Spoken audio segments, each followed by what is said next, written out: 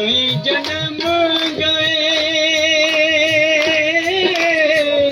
भेंट हुई ना मेरे साहिब से जी हाँ। कई जन्म गए भेंट हुई ना मेरे साहिब से अब की बार भी चूक न जाऊं जी आ गए साहिब जी आ गए रस्ते साफ करो सब मिलकर फूलों के हाथ साहिब जी आ गए साहिब जी आ गए साहिब जी आ गए।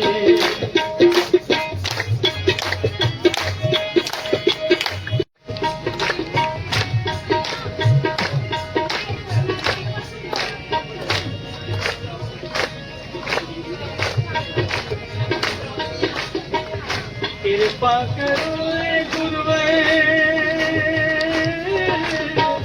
मुझ दुर्बल इंसान पर हवा का झोंका सह नहीं पाऊं कैसे जगी साहिब जी आ गए साहिब जी आ गए साहिब जी आ गए।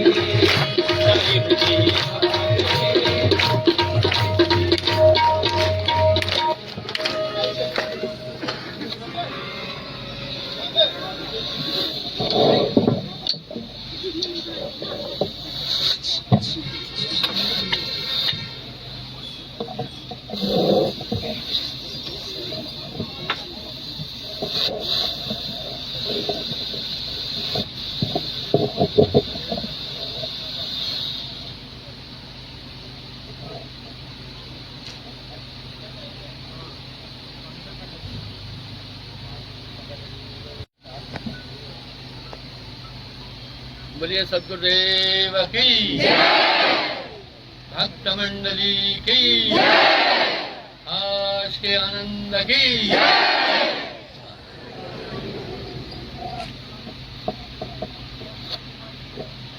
बैठिए। थोड़ा लेट हुआ इसके लिए माफी चाहता हूँ। थोड़ा अनुमान अलग नहीं क्योंकि इस टाइम पर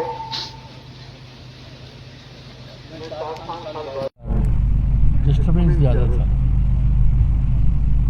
तो अनुमान से मैं करीब आधा पौन घंटा लेट हुआ। इसके लिए माफ़ी चाहूँगा। आप सबसे एक प्रार्थना है, जीवन को बिजी नहीं करो।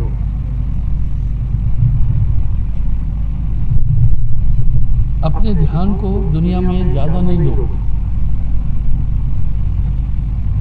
एक बात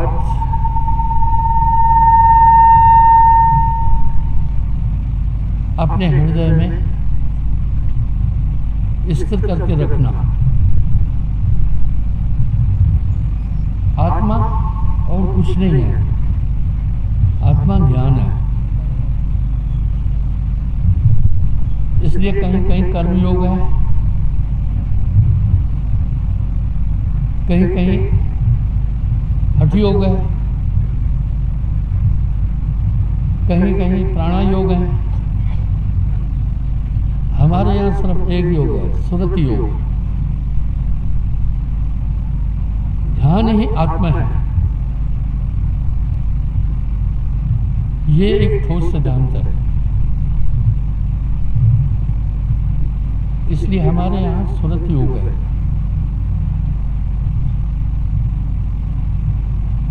आप मुझे सुन रहे हैं, मुझे देख रहे हैं, मुझे समझ रहे हैं। आपकी आंखें खुली हैं, आपके कान भी खुले हुए हैं। लेकिन अगर आपका ध्यान यहां से कहीं चला जाएगा, आंखें खुली रहेगी और आप मुझे नहीं देख पाएंगे। कान खुले रहेंगे और आप मुझे सुन नहीं पाएंगे। इस आत्मा की ताकत को समझो, क्योंकि इस पूरे ब्रह्मांड में अनंत लोकों में दो ही चीज अमर है, बाकी कुछ नहीं है। बाकी सब कुछ नाशवान है।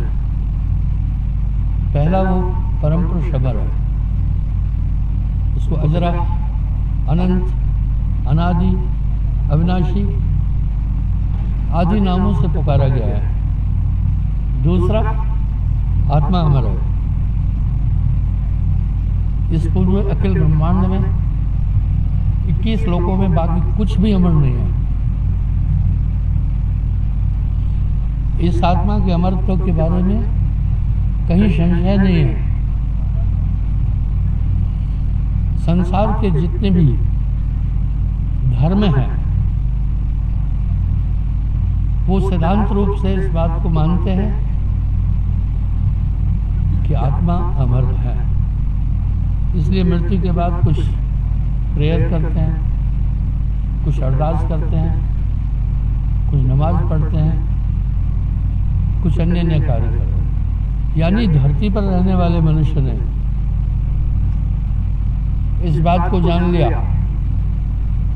ये समझ लिया कि आत्मा अमर है। अफसोस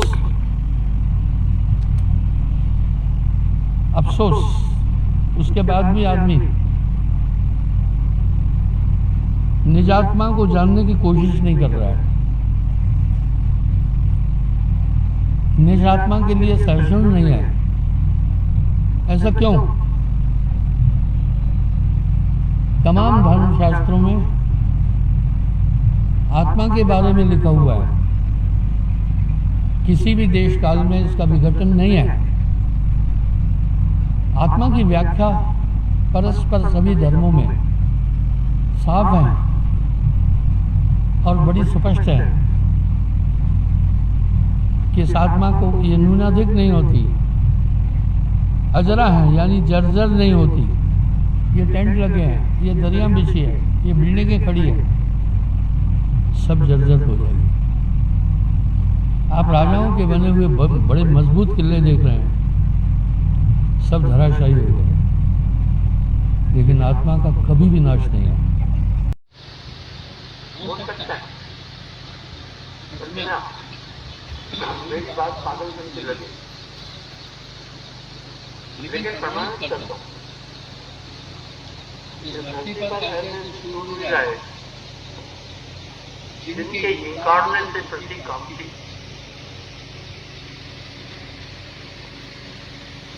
लेकिन वो सब धरा लगे।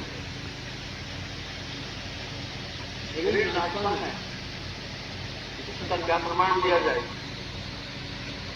इसका तो प्रमाण देने की गुंजाइश ही नहीं है। आए हैं तो जाएंगे राजा में समय के साथ कम है, तो अपने साथ लेना लेके आइए। ये आपसे लेना है तो क्या करते हैं लोग? मैं भी यहाँ 56 साल से हूँ, इनको बहुत गर्मी लगती, इनको बहुत कपड़े पहनने पड़ते। सबसे बड़ी है जहमत चुननी।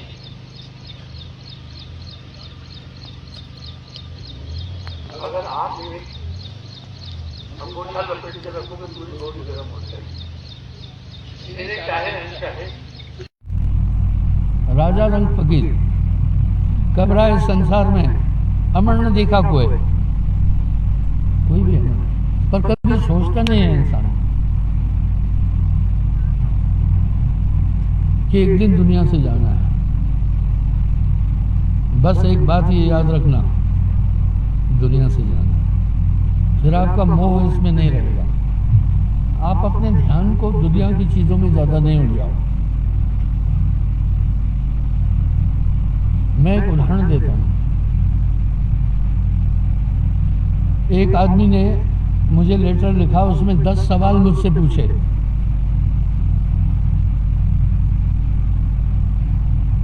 उस आदमी ने मुझसे 10 सवाल पूछे। मेरी कोशिश रहती है कि मैं लोगों के प्रश्नों का उत्तर दूं। जितना मैंने अपने आप को बिजी रखा है, कोई भी महान, कोई गुरु नहीं रखा है।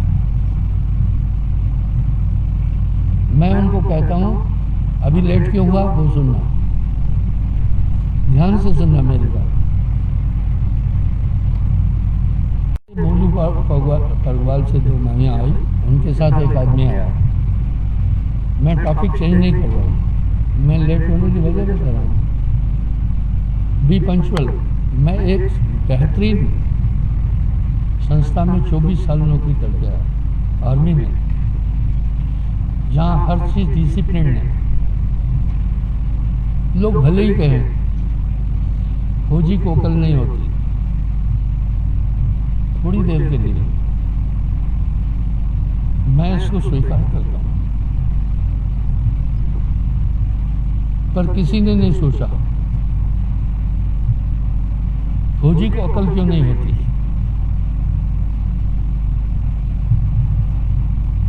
हाँ, आपको ये रहस्य बताता हूं।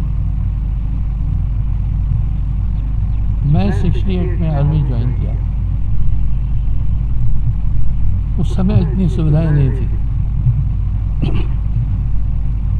तो जूता जो पहनते थे उसमें 13 कीलें होती थी। एक नाल होता था जैसे घोड़े के होता है, ताकि जूता घिसे नहीं। घोड़े के लिए नाल बड़ा जरूरी है, नहीं तो उसके खुर घिस जाएंगे। तो उस्ताद बता रहा था कदम ताल। ये कदम ताल और ड्रिल का परेड 3-3, 4-4 परेड होते थे।